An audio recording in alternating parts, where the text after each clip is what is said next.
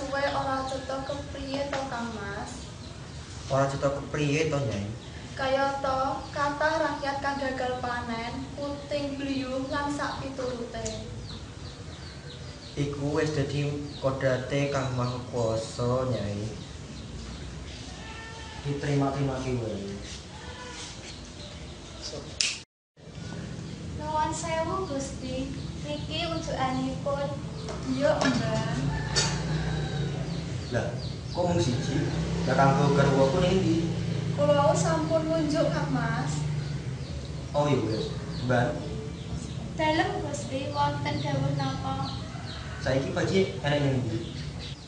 Wonten ing alun-alun Gusti, taksih gegledhen kanuragan.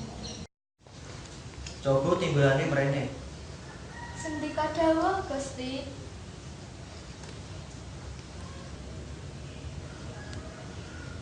Kula Kanjeng Ibu. Nggih, apa bener yen kowe arep golek ilmu? Inggih Kanjeng Ibu. Lah kowe golek ilmu ning endi, Nggih? Kula badhe madosi ilmu bab kanuragan kelengkap raja wonten ing Branglen Aladan Glagatan ingkang dijuluk Kyai Putuk Wasesa. Yo nggih, nanging sira aja pisan-pisan bali ing Kartosura. Sadurunge sira saged nggayuh apa sing sira tak ingini. Lan sira kudu ndawel marang guru ya, supaya ilmu kang sira entuki bakal mapan ing ragami. Meninggih Kanjeng Ibu wis tak dawuh. Mugi-mugi pasarepan panjenengan dados saged kapure anggenipun kula seret gayuh ilmu kasebut. Yo nggih. Kasih Romo dan Kanjeng Ibu, kula badhe matur rencana tunggal. Nggih, hati-hati, Nggih. Mesin.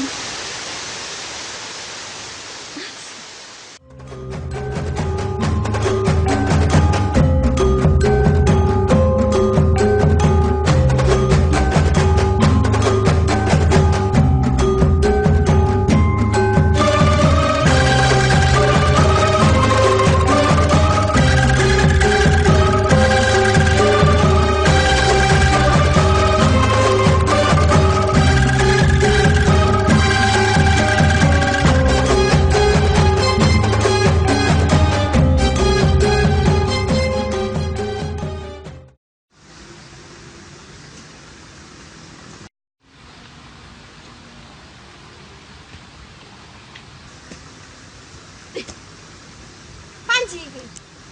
Loh, Saparjan. Saparjan. Piye kabarmu, Jan? Aku ki lho kabarku ki. Lho iki isih urip to iki ya? Bisa lho kan mau tambah langsing ki piye? Lho iki tambah kuru. Wah. Ora iso. Lho kowe ning ndi kowe? Aku arep menyang kelas glagatan. Loh, kamu apa? Beli ilmu. Ilmu apa? Kanuragan marang kiai. Ya sapa? Kiai Putuk Wasesa. Oh, ngono padha karo aku ya ana glagatan karo Kyai Putuk Wasesa. Berarti awake dhewe ndek sedo kang padha. Iya. Ya wis ayo rono bareng. Ayo. Ayo. Ya aku sih ya. Yo.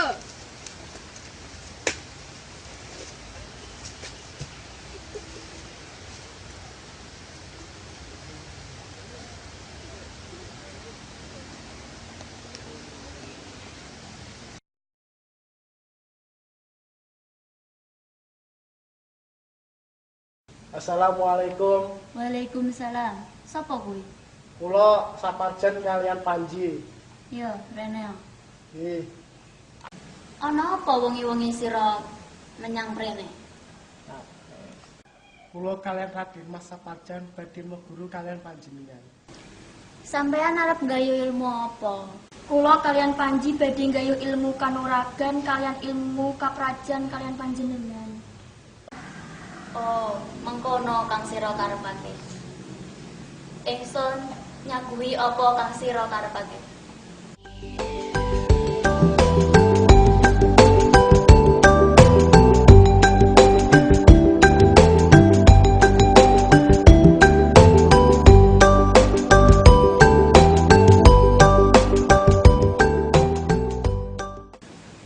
Saiki sira tak utus menyang guwa kang sepi lan adoh saka manungsa kanggo nyempurnakake ilmu kang wis sira gayuh 41 dina iki.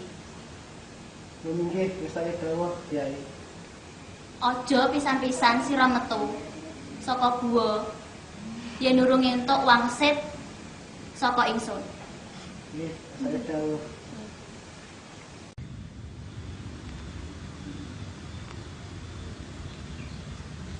Saparjan, Iya, Ji. apa iki guru sing kamar Kyai Guru? Iya. Ya wis ayo Boni.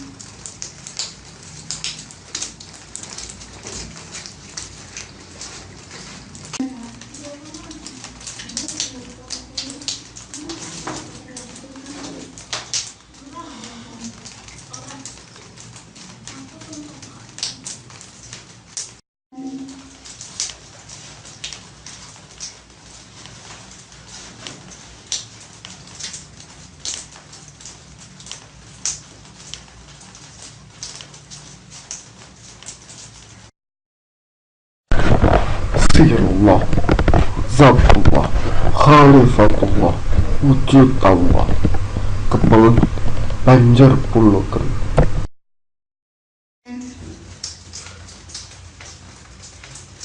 Aku sentok wangsit saka Kyai Guru supaya aku mungkasi Agung Tarak Broto. Ya, tak mungkasi dina iki.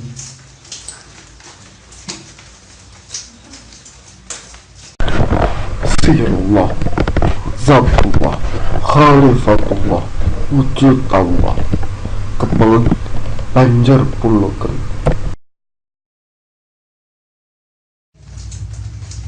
Aku wis entuk wangsit saka Kyai Guru supaya mukasi anggonku Tarak Broto.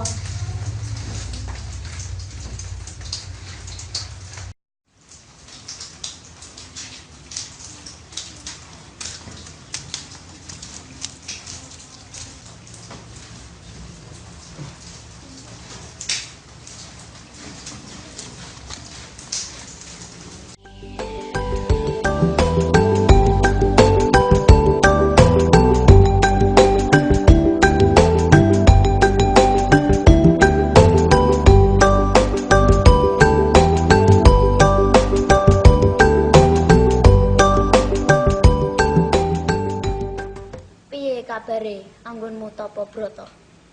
Kula midhanget swara kang geter kang ngendika Sirullah, Zatullah, Khalifatullah, Kepulen Banjar Puloken. Langsung kula wungu saking tapa kula.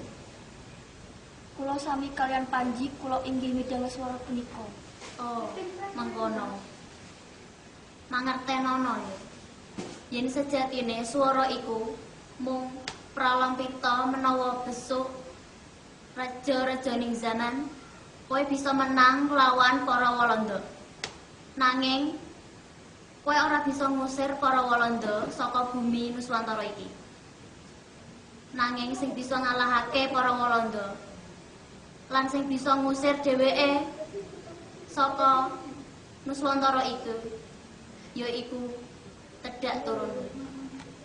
Mula saka iku, Ngger, Sira baliya marang asalmu kabeh.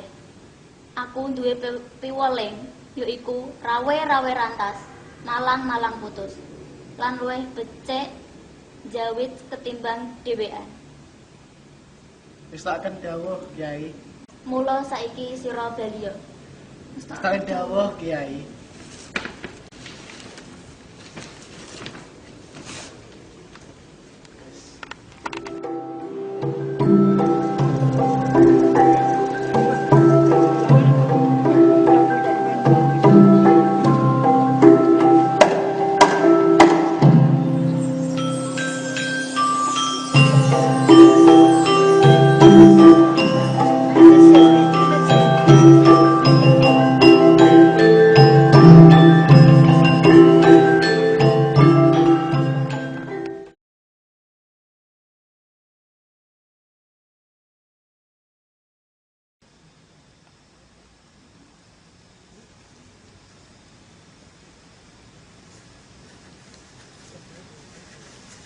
Ngendi jenis saparjan ki yo?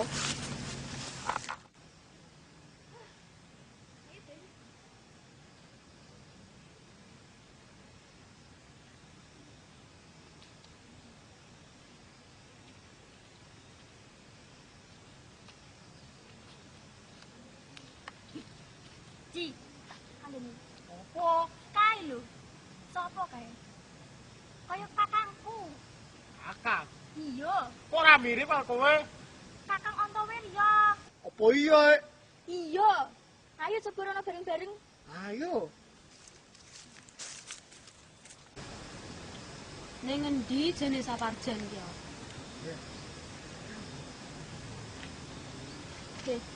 Kakang, Wih.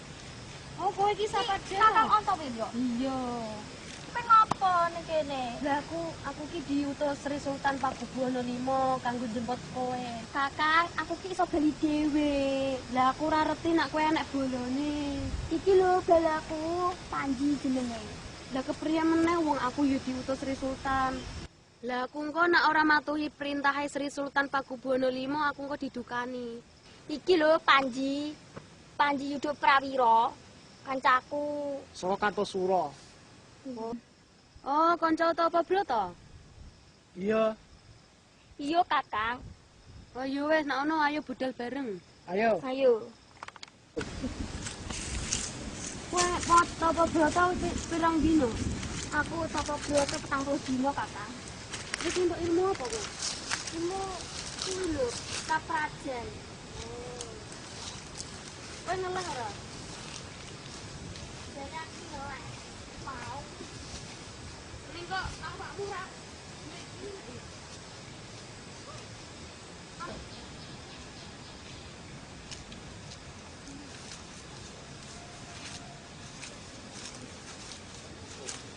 Kowe suwe ra ketemu karo kowe. Apa iya to, Kakang? Iya. Aku ki wis goleki kowe suwe ya saparjan. Apa iya to, Kang? Iya, wong aku ki mlaku pirang-pirang kilo sampe sikilku ki lho kiyu kabeh. Lah, kesel mesti kowe. Iya, kowe ora ngerteni kok. Mesake yo. Iya. Oh, nek ora mergo perintahe Sri Sultan Pakubuwana V aku yo ora bakal ning kene. Ora apa-apa, Kang. Lah kowe iki Tapa Brata entuk apa sapajan? Aku entuk ilmu Adi Aji Dipa. Dipa, Kakang. Wah. Karo apa meneh, Ji? Aji Sirwindo. Oh iya kuwi, aku ki lali. Kok lalenan? Ya aku ki lali kok ngopo? Wes Wah. rasa ribut. Ayo lek bali. Iki Ayo. kan aku, ayo bali. Kanca-kanca. Ngeti. Ora sih.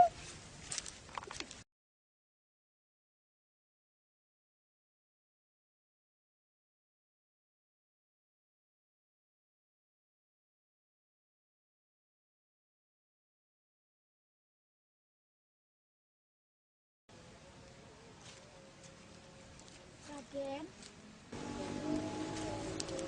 Ana apa Nyi Sekar? aku krungu yen to kowe arep gawe hal sekarang karo wong Kanas Jawa. Apa sing mbok omongke kuwi bener Nyi Sekar? Aku pengen melu, Raden. Ora bisa Nyai, amarga sampeyan kuwi wanita. Apa yang dadi wanita ora entuk berjuang, Raden? Apa mung entuk ing dapur, kasur, lan sumur tok? Ora bisa Nyai, amarga wanita kuwi ora pantes melu berjuang. Sampeyan kuwi kudu ngurusi anak, bojo, karo omah. Nanging aku pengen nderek klasaran punika, Raden. Kepriye iki? Oh yo wes. Nak kuwi wis dadi anteping atimu, tak izini kowe melu klaskaran. Nyai, ana apa, Raden? Melu aku ning sawijining gunung kanggo ngucap sumpah. Bisa aku gawe, Raden. Ayo Nyai, monggo jenengan riyen. Wes nak aku bisa.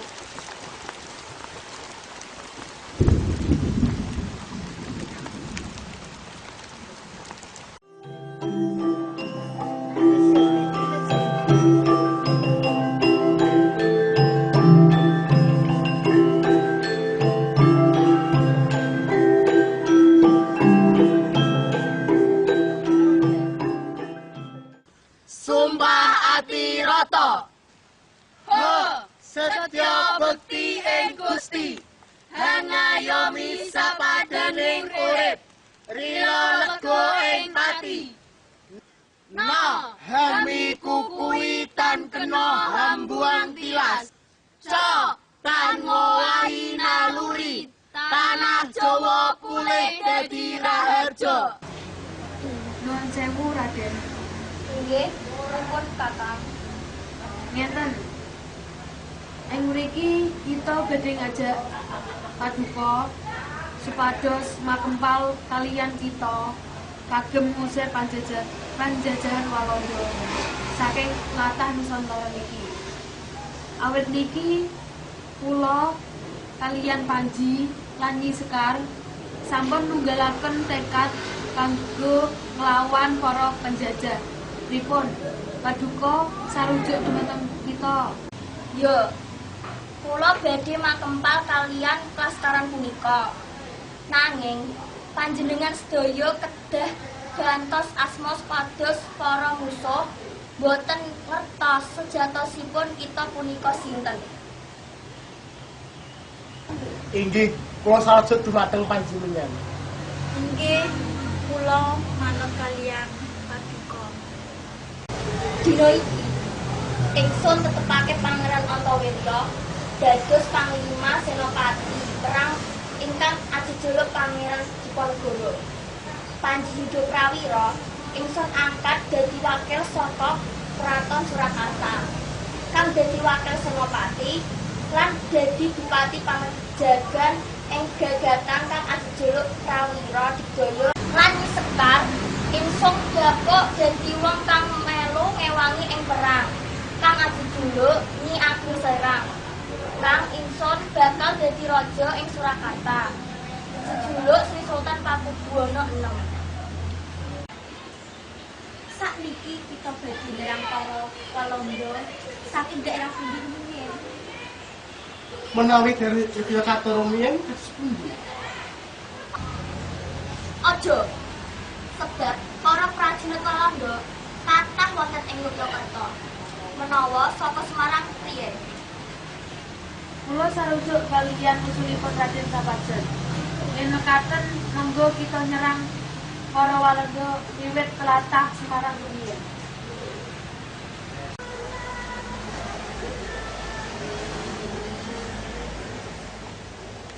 Nyuwun sewu Gusti. Menapa, Ben? Daharan kagem para tamu sampun cumawis ing dalu. Oh yo wes. Sadurunge lunga, monggo kita sari-sari dahar. Inggih, Raden.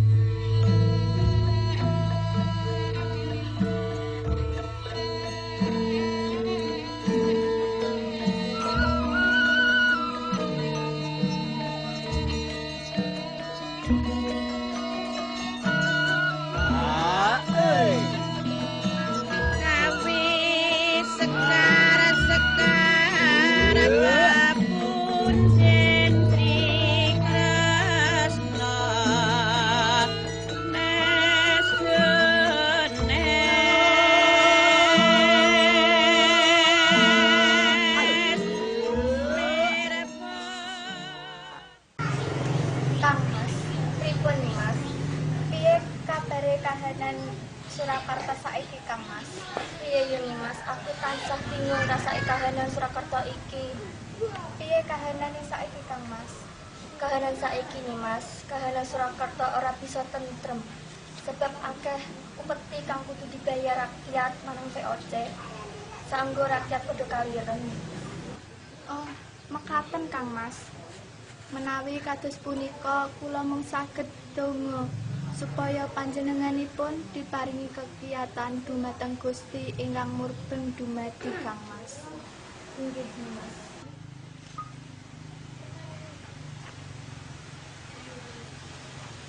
Prabu, petua.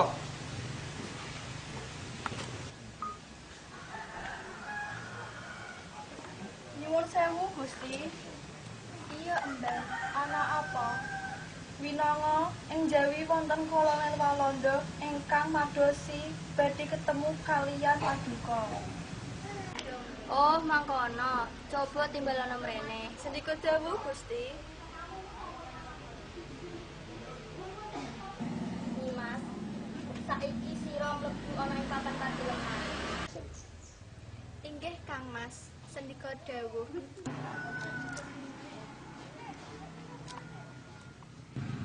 Prabu. Ana apa, Kolonel? Kok sampeyan tumeka ing prajuku iki? Aku teko ing kene sebab aku entuk laporan saka Wadyabalagu bahwa Surakarta memberikan bantuan kepada Diponegoro. Apa to bener kowe ngewangi Diponegoro? Iya, apa kang sira krungu iku bener? Prabu, sampean iku dadi koncone bangsa Belanda. Tapi kenapa kamu malah membantu Diponegoro? Apa kowe lali sing dikandhake VOC terhadap kamu? Ingsun isih kemutan apa kang dikandhake VOC marang aku. Salah sawijine nyebutake yen to ingsun ra kena mbelila marang VOC. Kenapa sira arep nyanat marang wong Belanda? Sebab ingsun dijaluki tulung marang kanca ingsun kinen maringi suka sabiyantu marang Diponegoro sawadyabalane. Terserah, sira kudu jabel pambayantumu marang Diponegoro lan para Wadyabalane. Lan kowe kudu mateni Diponegoro lan para Wadyabalane. Yen sira ora bisa mateni Diponegoro lan para anteke, VOC ora gelem ngep sabiyantu marang Kraton Surakarta. Piye iki? Yen aku ngaboti katresnanku, aku kudu tetep bela marang Diponegoro ning rakyatku mengko. Kang dadi korbane rakyatku mengko. Nanging yen aku ngaboti kewajibanku, aku kudu pedhot taline katresnan mateng Diponegoro lan para wadyabalane. Aku kudu priye yen ngene iki?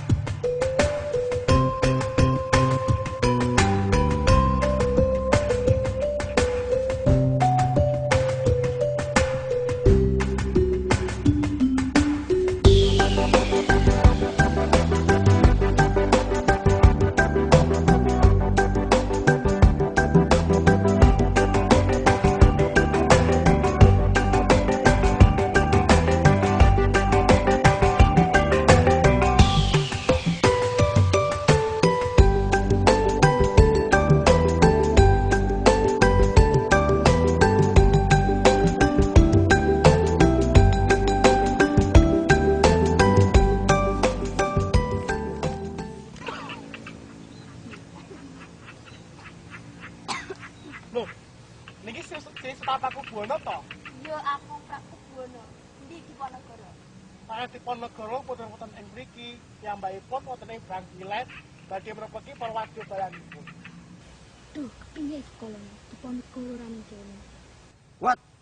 Apa dia antek Diponegoro? Yo, iku kancane Diponegoro. Now, you kill him Kamu harus membunuh Prawiro Digdoyo sekarang. Apa? Aku kudu meteni Prawiro Digdoyo. Ora iso, Kolonel. Ora iso. Dheweke kuwi kancaku saka perjuangan. Goblok! Goblok! Goblok! Kowe sing goblok. Empon-pon, apun goblok-goblokan. Kula mawon nek kang goblok. Jumel-melu kowe. Jika kamu tidak bisa membunuh dia, maka BOC ra gelem ngene pembantu ke Surakarta. Ngono kuwi, Kolonel. Tak turuti apa sing mok karepke. Angger kowe gelem bantu aku ngewangi Surakarta. Sekarang tembak dia.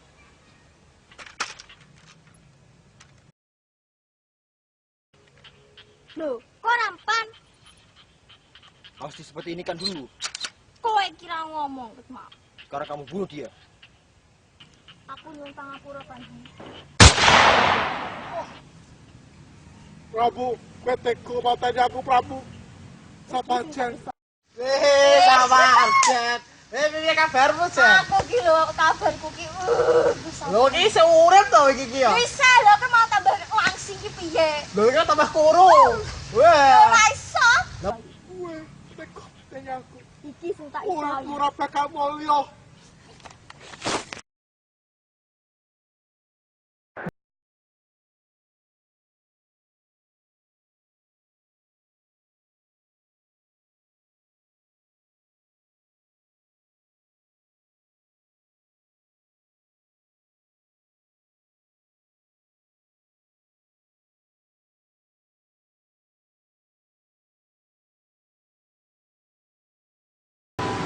Aja nganti kowe kabeh timbul semangat jual piro kanggo semakar kakak.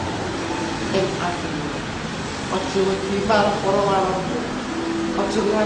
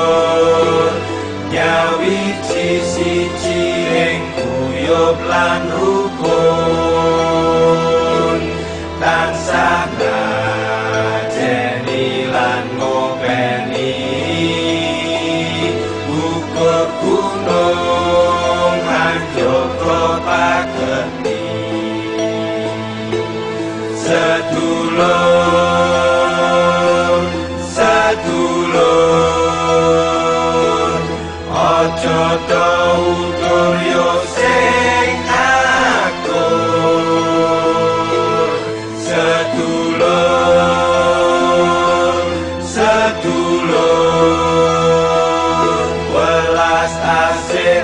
padha ditanu.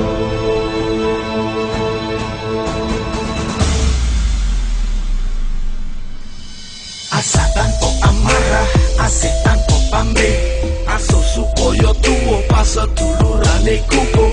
Sing utuh dituntun, yo padha mlaku bareng, sing lepo ditunjung.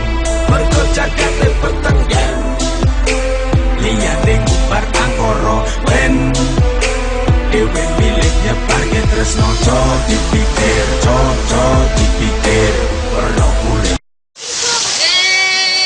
Sekarang hujan. Halah. Sampai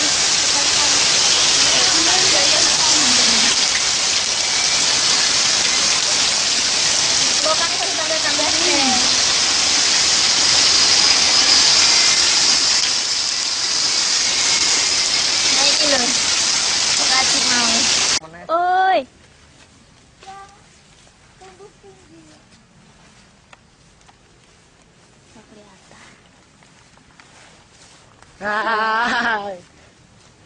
Apaan? Ngapain? Nyamuk apa banyak?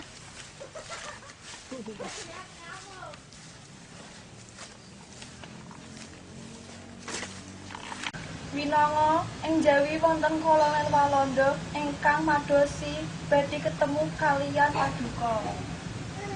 Aku nyauri apa? Action. Prabu. Action.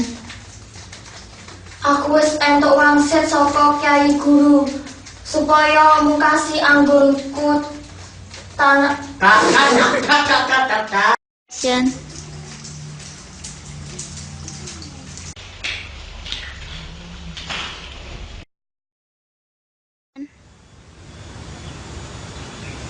Sapa Jan? Apa Jan?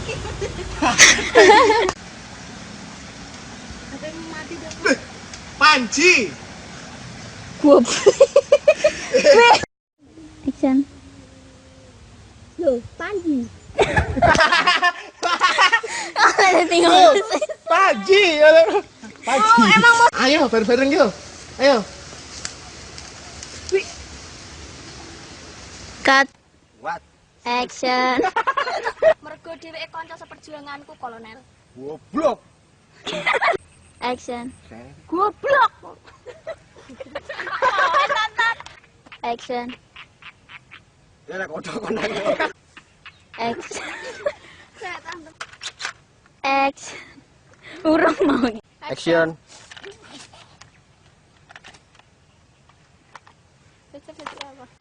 Apa joget-joget apa piye? Ayo, jadian apa piye ngono ku. Apa? Dene mau akar ngomong ngene. Aku golek kowe mlaku waduh pirang-pirang kilo. Capek, Oh, Ul. kakene. Capek. Aul. Aul to. Surung ya. Action. Ayo. Action. Aku entuk ilmu aji Dipa. Lek apa meneh Ji? Lah kowe Action. apa yang dadi wanita kuwi ora entuk. Lah saya Depan ngapain, Pon? Apa Pon? lek nyanyi niki apa hubungane nyanyi ngono to? Apa Raden? Aku ora Action. Nah, hami kukui tan kena hambuang tilas. Tan gawe Ini salah. hamburger ya ya. Hamburger ya. Ayo. Ya aku nek guyub ya. aja guyu to. Aja ndelok wae, aja ndelok. Suarane kan ketara. Si ngono ki nek rada opal dadi piye? Alon-alon aku nek anu tak rada yo ngomong tapi ki rada cecak. Ya karep mulai ngomong. Kita kurasi kok iya. Sayang. Ya kita panas kono. Ora. Ngawahi. Tak kenen. Tak kenen lah. Ngawahi. Yo selesai. Tan ngowahi. Ngawahi. Nambahi. Sana.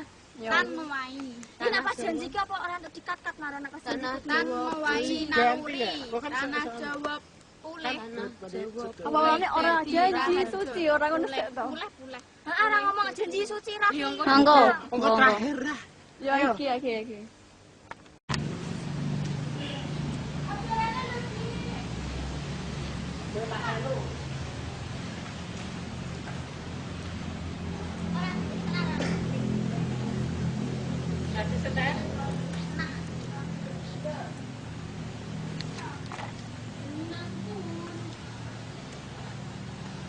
Kenapa kok repot-repot macam tuh? Kenapa tak kau balik saja lah kameranya?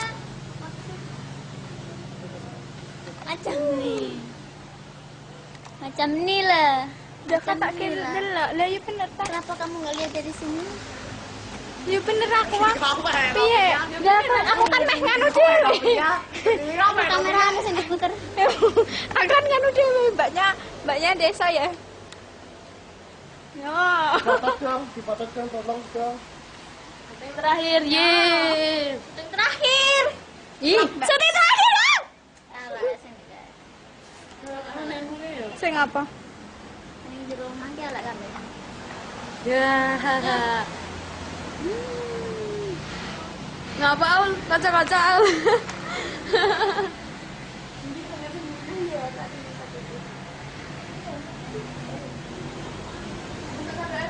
Apa ngomong-ngomong ngono ki asit. Malah suwe ngono kuwi. Malah ancen yo. Iki malah diabaikan. Yo kae kok ngomong apa ya ngerti. Yo nganu kenal ke DPP kae. Yo apa to? Yo ora. Ayo cari melaku. Yo. Oh, mlaku siti mlaku kokono. Ayo melaku tak sud. Mose, aku harus siap. Cari melaku. Iki Tok. takang ontower yo. Aku lanang lah. Loh, Kita lo iso dadi anakno. loh. Jane Action.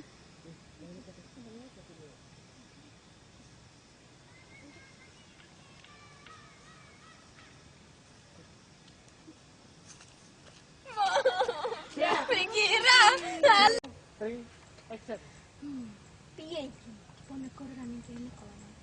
What? Aku Now. tuh piye?